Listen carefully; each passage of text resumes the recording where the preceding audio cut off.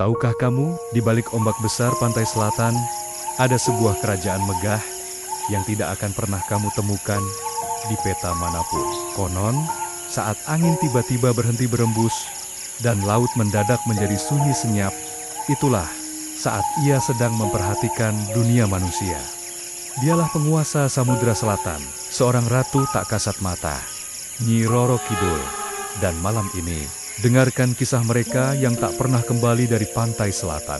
Pada zaman dahulu, di kerajaan Pajajaran, hiduplah seorang putri bernama Dewi Kadita. Ia sangat cantik, berhati lembut, dan begitu dicintai oleh rakyatnya. Namun, kecantikan dan kebaikannya justru menumbuhkan rasa iri yang begitu mendalam di hati para selir ayahnya. Dengan menggunakan ilmu hitam, sang selir mengutuk Dewi Kadita. Seketika, tubuh mulusnya dipenuhi luka bernanah yang menyebarkan bau busuk ke seluruh penjuru istana. Dianggap sebagai pembawa malapetaka, sang putri yang malang pun diusir dari kerajaannya sendiri. Malam demi malam, Dewi Kadita berjalan tanpa arah dan tujuan. Kakinya yang lelah membawanya hingga ke tepian pantai selatan yang ganas. Saat air laut pertama kali menyentuh kakinya yang penuh luka, sebuah suara gaib berbisik lembut di telinganya. Masuklah ke dalam samudra, maka semua penderitaanmu akan berakhir.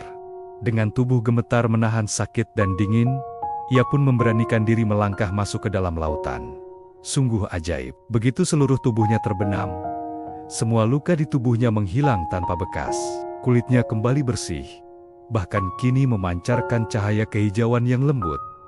Namun, sejak saat itu, jiwanya tidak pernah kembali lagi ke dunia manusia. Dewi Kadita telah terlahir kembali menjadi Nyi Roro Kidul, sang ratu laut selatan yang legendaris. Konon, hingga detik ini, ia masih menagih janji dan meminta tumbal. Banyak nelayan yang bersumpah pernah melihat sosok perempuan bergaun hijau dengan rambut hitam panjang, duduk di puncak gulungan ombak, menyisir rambutnya sambil tersenyum misterius. Dan mitos yang paling terkenal, siapapun yang berani mengenakan pakaian berwarna hijau di wilayah pantai selatan, seringkali berakhir hilang di telan ombak, seakan ditarik oleh tangan tak terlihat ke dasar samudra. Mereka bilang, itu bukanlah ombak biasa, itu adalah panggilan sang ratu.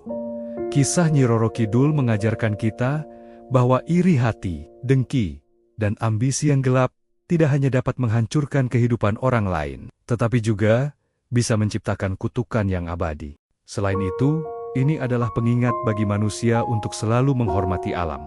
Karena tidak semua kekuatan bisa kita lihat dengan mata telanjang, namun kekuatannya bisa sangat mematikan. Jadi, jika suatu hari nanti, kamu berdiri di tepi pantai selatan, dan kamu mendengar suara perempuan lembut memanggil namamu dari arah lautan, jangan menoleh, dan jangan pernah menjawab, karena mungkin itu bukan manusia.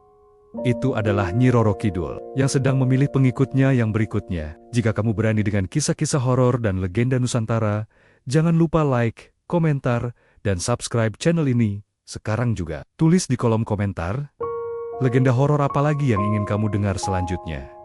Karena cerita berikutnya mungkin lebih dekat dari yang kamu bayangkan.